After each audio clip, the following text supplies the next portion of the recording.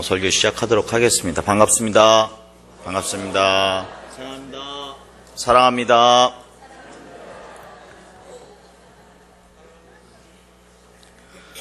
제가 설교를 하기 전에 인사를 하고 나면 조금 더 분위기가 좀 부드러운 것 같습니다. 그래서 인사를 먼저 하고 이렇게 설교를 하고 있습니다. 중국 고전 중에 하나인 서경에 오복의 내용이 있습니다. 그 오복에는 수, 부, 강령, 유호력, 그 다음에 고종명 이런 식으로 되어 있습니다. 이게 무슨 뜻이냐면 오래 사는 것, 그 다음에 재물, 그리고 편안하게 사는 것, 그러니까 건강하게 산다는 이야기입니다. 그리고 선행으로 덕을 쌓는 것, 그 다음에 편안하게 죽음을 맞이하는 것, 그 5가지를 이야기하고 있습니다. 그래서 그 오복을 한 문장으로 붙여서 이렇게 이야기합니다. 무병장수로 행복하고 풍족하게 살며 덕을 쌓는 생활 속에서 하늘의 순리대로 수명을 다한다. 어렵죠? 그런데 이제 현대인들이 이제 수명이 조금 길어지고 현대인들이 생각하는 오복이 조금 바뀌었다고 이야기합니다. 현대인들이 생각하는 오복은 건처 제사붕이라고 합니다. 건처 제사붕. 건 뭘까요? 건강입니다. 건강. 처. 예? 좋은 아내, 배우자를 잘 만나야 된다는 이야기입니다. 그 다음에 재는 재산을 이야기하고 사는 뭐죠?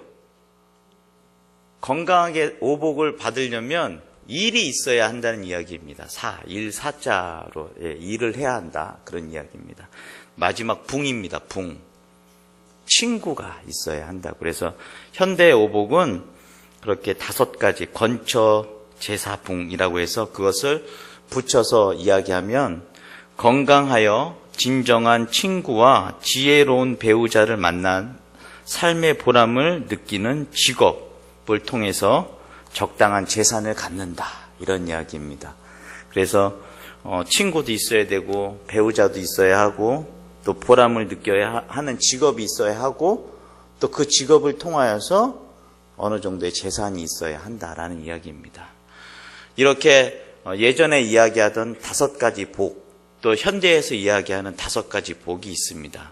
그럼 여러분들이 생각하는 복은 무엇입니까?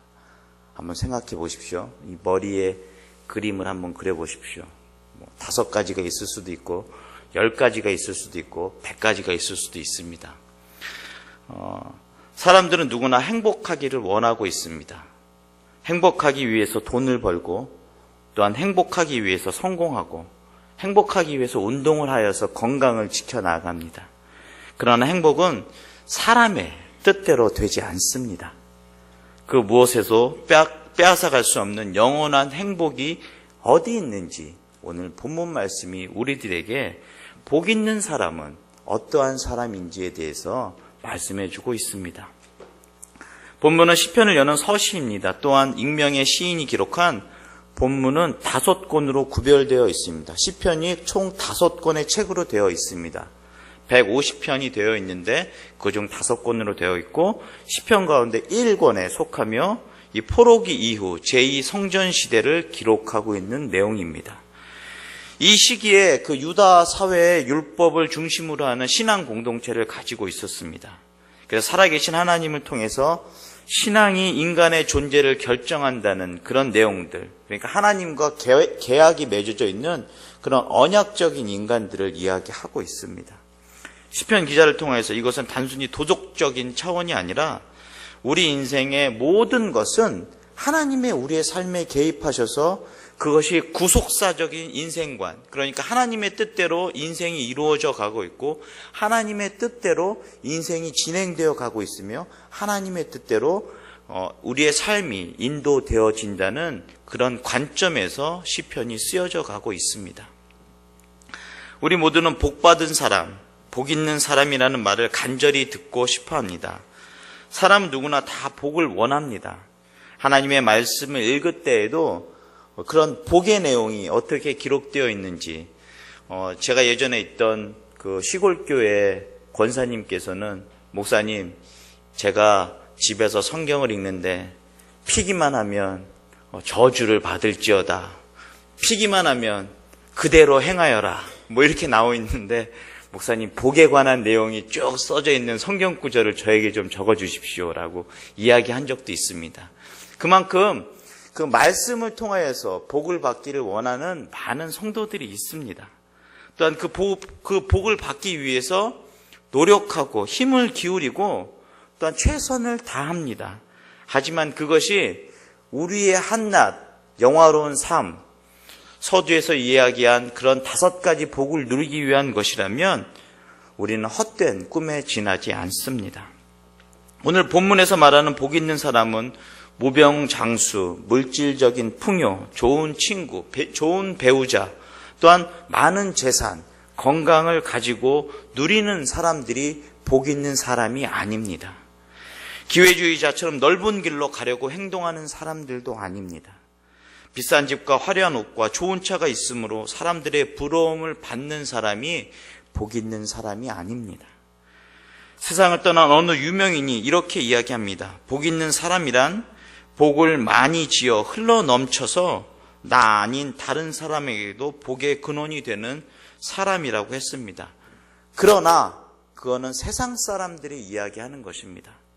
시편 기자를 통해서 가르쳐 주시는 복 있는 사람은 죄인의 길에 참여하지 않고 오만한 자의 자리에 앉지 않으며 오직 하나님의 말씀대로 사는 사람을 말씀하고 있습니다. 현대인들뿐만 아니라 신앙인들에게 복 있는 사람의 정체성을 바르게 깨달아야 하는 이유가 거기에 정해져 있습니다. 한 신문에 연재되어 있는 그런 내용들입니다. 어느 한 주부가 돈이 곧 복이라는 생각을 가지고 살아갔던 주부가 있었습니다. 또한 주위 사람들에게 돈이 복을 부른다고 어디를 가든지 적지 않은 돈을 갖고 다니면서 돈을 가지고 이렇게 여러 가지 모양을 보이는 사람이었습니다. 그러나 그녀는 10년 전 친구들과 함께 경마장에 가서 막건을 사서 수백만 원을 잃었다고 합니다. 그 이후로 그녀는 그 잃었던 돈을 다시 되찾기 위해서 주말마다 경마장에 출입하여서 자신이 가지고 있는 집도 또한 심지어 결혼 자금까지, 딸의 결혼 자금까지 빼앗아서 썼다고 합니다. 현대인들은 복에 대해서 잘못 이해할 뿐만 아니라 복을 받기만 한다면 무엇이든지 다 하겠다고 생각하고 있습니다. 그래서 이 복이 된다고 생각하는 일에 모든 것을 다 내어 맡기고 있습니다. 통제 불능적인 삶을 살아가고 있습니다. 하나님께서는 많은 이들이 풍성한 복을 누리도록 부르셨는데 우리가 복 있는 사람에 대해서 잘못 생각하고 있다면 그것은 정말 안타까운 일입니다. 어떻게 해야 우리는 부패해져가는 현실에서 시냇가에 심은 나무가 열매를 맺는 것처럼 살 수 있으며 또한 하나님이 원하시는 구별된 삶을 살 수 있는지 오늘 본문 말씀을 통해서 한번 알아보도록 하겠습니다. 첫째로 하나님은 복 있는 사람은 죄의 길에서 돌이켜서 구별된 삶을 살아야 한다고 말씀하십니다. 다 같이 오늘 1절 말씀을 한 목소리로 읽어보도록 하겠습니다. 복 있는 사람은 악인들의 꾀를 따르지 아니하며 죄인들의 길에 서지 아니하며 오만한 자들의 자리에 앉지 아니하고. 아멘. 1절 말씀에 하나님 앞에서 죄인들은 3가지로 분류됩니다. 첫째, 하나님을 거역하는 악인. 그다음에 2번째, 고의성, 의도성, 그런 사악한 죄인. 또한 3번째, 하나님을 멸시하는 오만한 사람을 이야기합니다. 하나님은 먼저 복 있는 사람이 하지 말아야 할 일들에 대해서 말씀하고 있습니다. 그것은 악한 꾀, 지어내는 죄인들과 죄악된 그 세상의 풍조에 무분별하게 뒤섞여 살지 말라고 이야기합니다. 또한 우리 하나님께서는 인간에게 마땅히 걸어야 할 길을 지정해 주셨습니다. 그 길은 하나님 앞에서 악한 부류의 사람들과 어울리지 않는 것입니다. 경제 용어에 그런 말이 있습니다. 악화가 양화를 구축한다라는 이야기가 있습니다.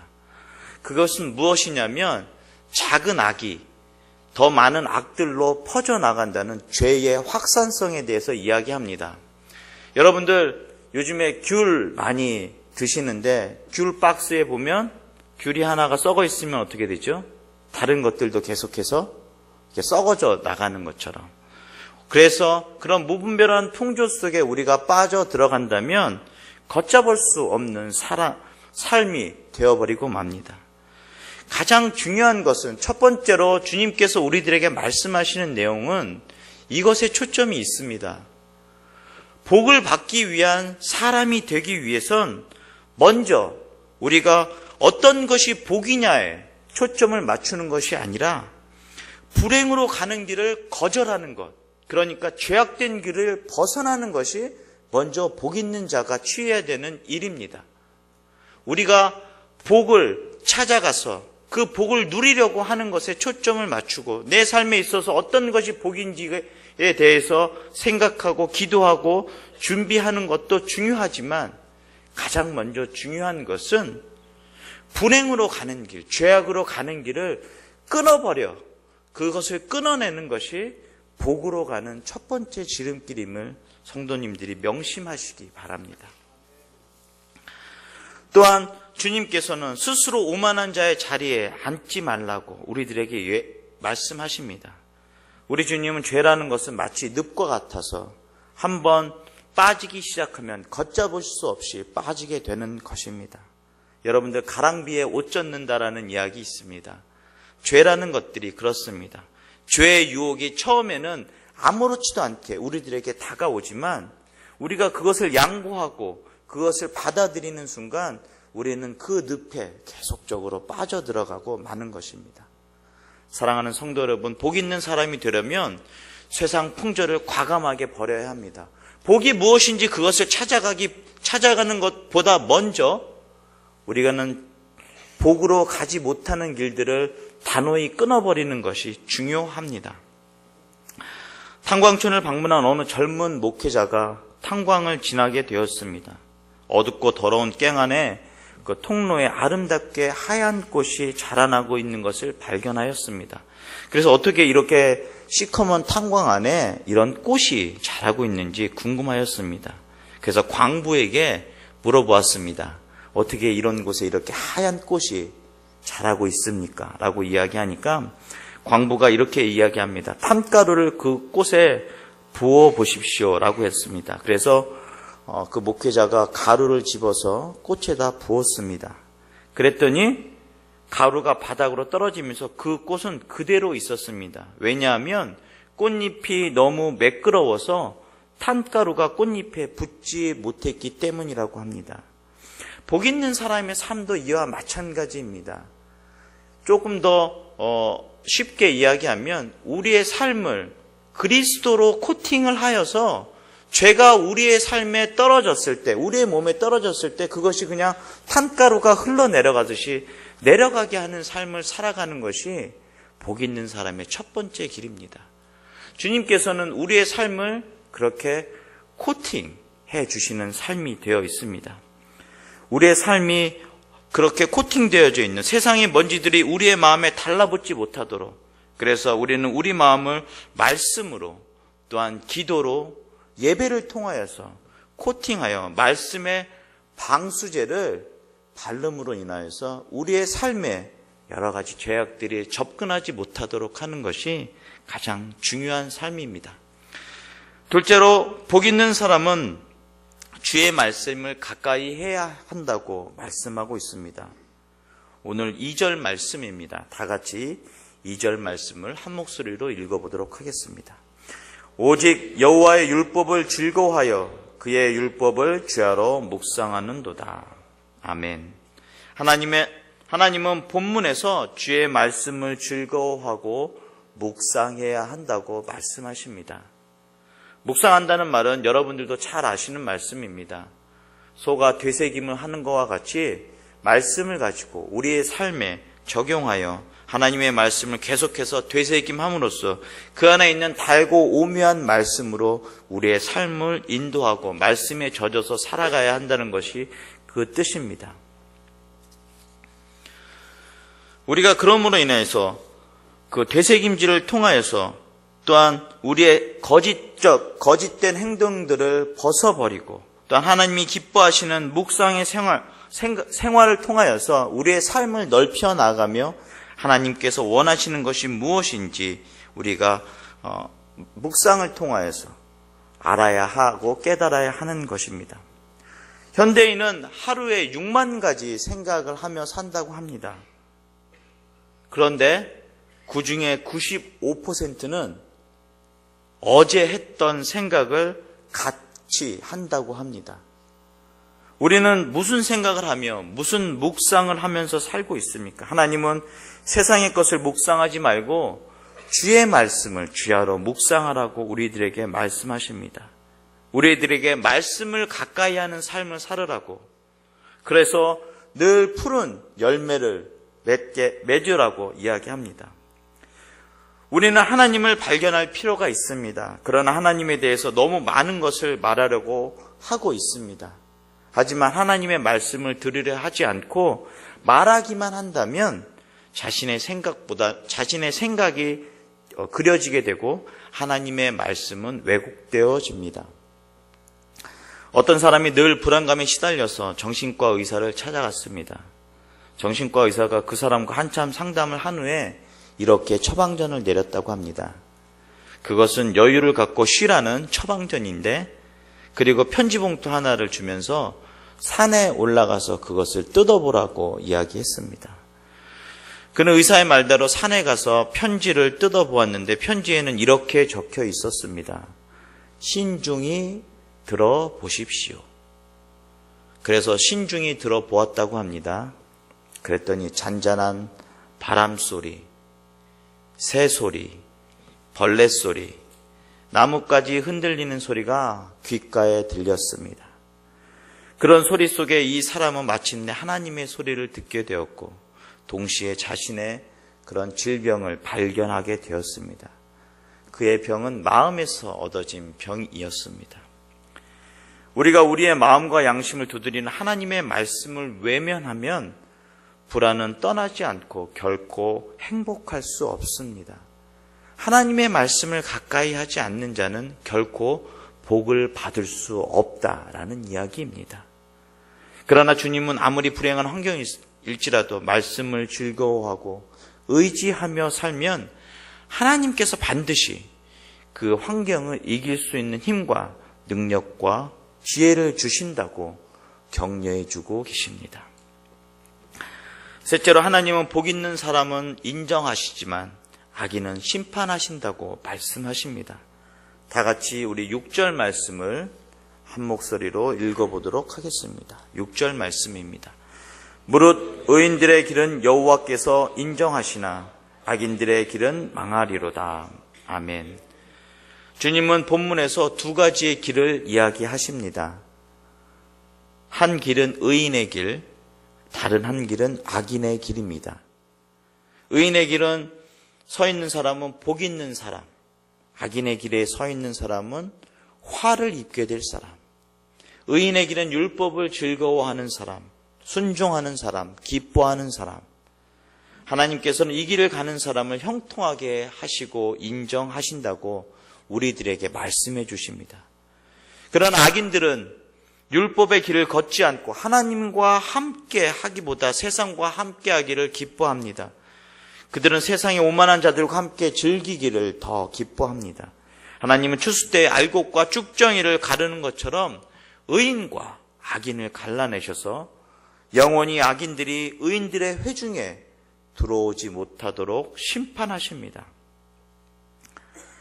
인생은 선택의 연속입니다. 우리는 매 순간 선택의 기로에 서게 되며 무엇을 선택하느냐에 따라서 인생의 결과는 달라집니다. 때로는 현실적으로 의인이 고난을 당하고 악인이 승승장구하는 것 같이 보일 때도 있습니다. 의인의 길보다는 악인의 길이 더 매력적으로 보이기도 합니다. 그래서 많은 사람들이 그 매력적인 길을 선택합니다. 그러나 주님은 복 있는 사람과 그렇지 않은 사람을 명확하게 보여주십니다. 그것은 바로 하나님의 최종적인 심판 때입니다.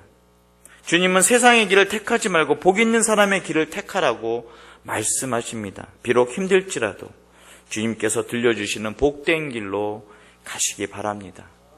주님께서는 반드시 심판날에 악인과 의인을 구분하시고 또한 그들을 반드시 심판하신다고 우리들에게 다시 한번 말씀하십니다.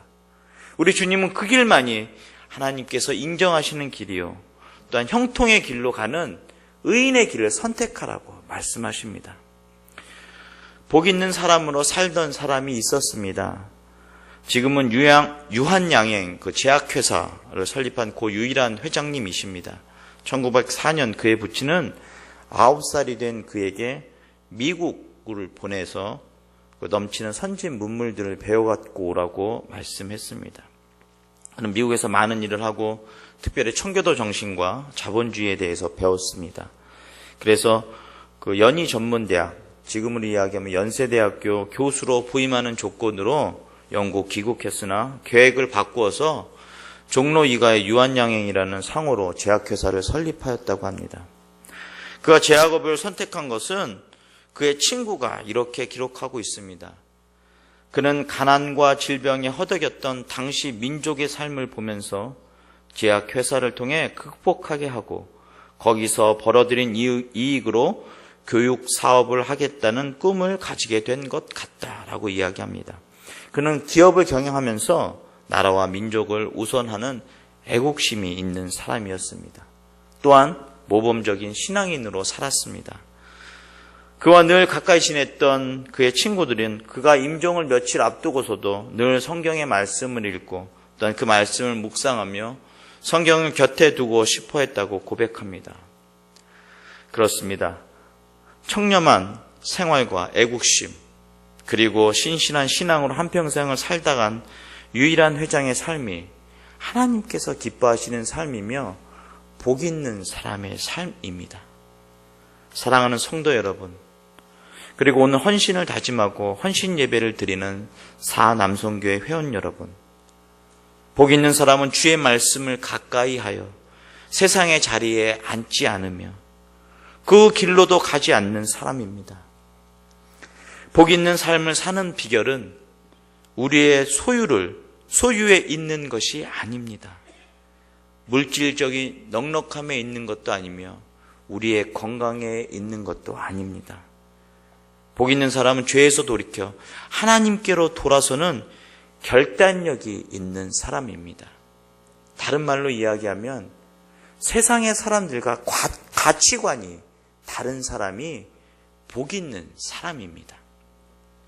하나님을 경외하고 그의 말씀을 사랑하는 자는 의인이요 열매를 맺는 복 있는 사람인 반면 하나님과 그 말씀을 멸시하는 자는 악인이요 바람에 나는 겨와 같은 사람이라고 우리 주님께서는 말씀하십니다.